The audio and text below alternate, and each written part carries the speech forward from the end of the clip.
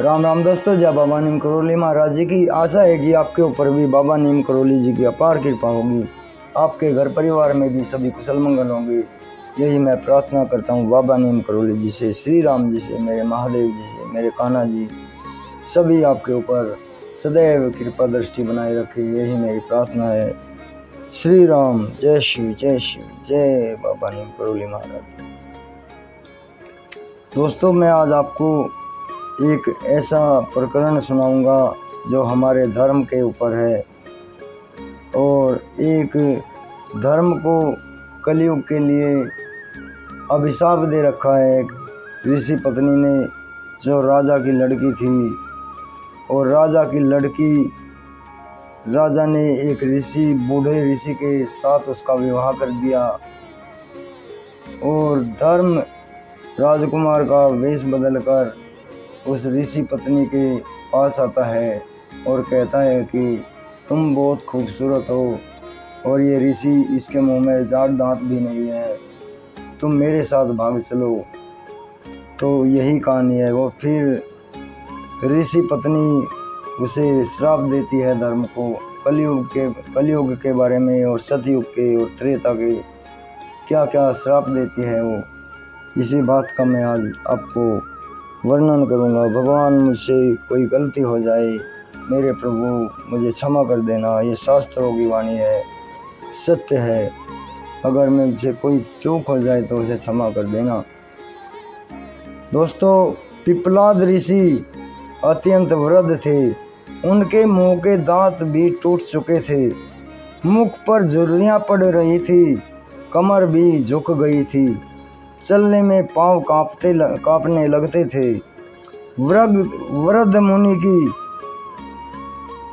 मुनि पिपलाद पद्मा के साथ अपनी कुटिया पर जीवन व्यतीत कर रहे थे।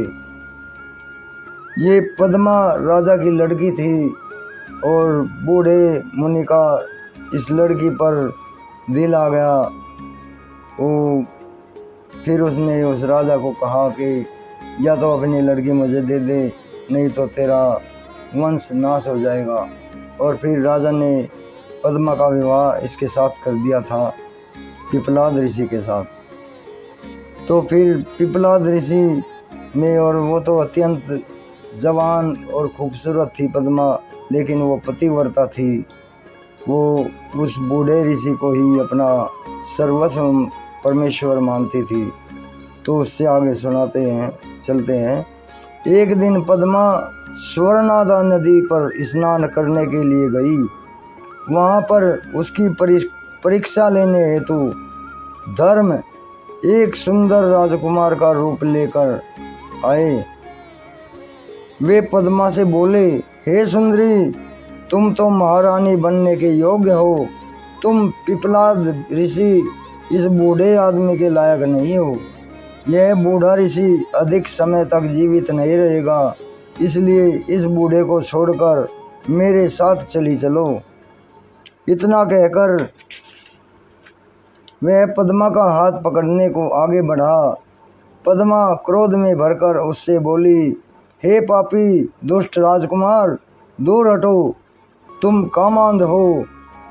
मैं एक पतिव्रता नारी हूँ। यदि तू मुझे बुरी दृष्टि से देखेगा तो नष्ट हो जाएगा। पद्मा के इस श्राप को सुनकर धर्म अपने असली रूप में प्रकट होकर बोले, मैं तो तुम्हारी परीक्षा लेने आया था। मैं तो हमेशा पर स्त्रियों को अपनी माता समझता हूँ। अब आपने मुझे श्राप दे दिया, अब मेरा क्या होगा। इस पर पद्मा बोली, हे धर्म, आपने ऐसा क्यों किया। मेरा श्राप असत्य नहीं हो सकता, क्योंकि पतिव्रता नारी का श्राप कभी झूठा नहीं होता। चाहे आकाश, तारे, वायु, पृथ्वी आदि नष्ट हो जाए, अस्तु धर्म, तुम 4 पद वाले बनोगे। सतयुग में 4, त्रेता में 3, द्वापर में 2 पाद रहेंगे। कलयुग में तुम्हारा एक भी पाद नहीं होगा।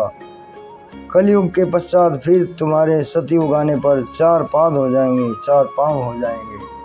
तो ये पद्मा जो ऋषि नारी थी उसका श्राप था धर्म को। यह सुनकर धर्मराज प्रसन्न हो गई और पद्मा से कहा, हे पतिव्रता पद्मा, तुम धन्य हो, तुम्हारा अपने पति के चरणों में प्रेम हमेशा बना रहे। अब मेरे आशीर्वाद से तुम्हारा पति यौवन को प्राप्त करेगा और उनका यह यौवन स्थिर रहेगा। वे मार्कंडेय ऋषि की तरह दीर्घायु बनने वाले हैं। तुम्हें अपने पति से 10 पुत्र होंगे। इस प्रकार पद्मा को आशीर्वाद देकर धर्म चले गए। घर आकर पद्मा ने अपने पति को युवक के रूप में पाया और बहुत खुश हुई और उन्होंने वर्षों तक सुख प्राप्त किया और 10 पुत्रों को जन्म दिया। तो दोस्तों, आपको ये कैसी लगी पद्मा की कहानी? और धर्म को उसने ऋषि पत्नी थी वो राजा की लड़की, और बूढ़े ऋषि के साथ राजा ने मजबूरीवश उसकी शादी कर दी, विवाह कर दिया। और फिर कैसे कैसे उसने धर्म को श्राप दिया। ये इसीलिए कहते हैं कलयुग में धर्म के पाँव नहीं है। तो ये सच्चाई है दोस्तों, ये श्राप है धर्म को कलयुग में। अभी आज्ञा लेता हूँ, आगे फिर कोई धार्मिक प्रेरणा आपको लेकर आऊँगा आपके लिए। जय श्री राम, जय हनुमान जी की, जय हनुमान जी की, जय बाबा नीम करोली महाराज की। शिव शिव शिव।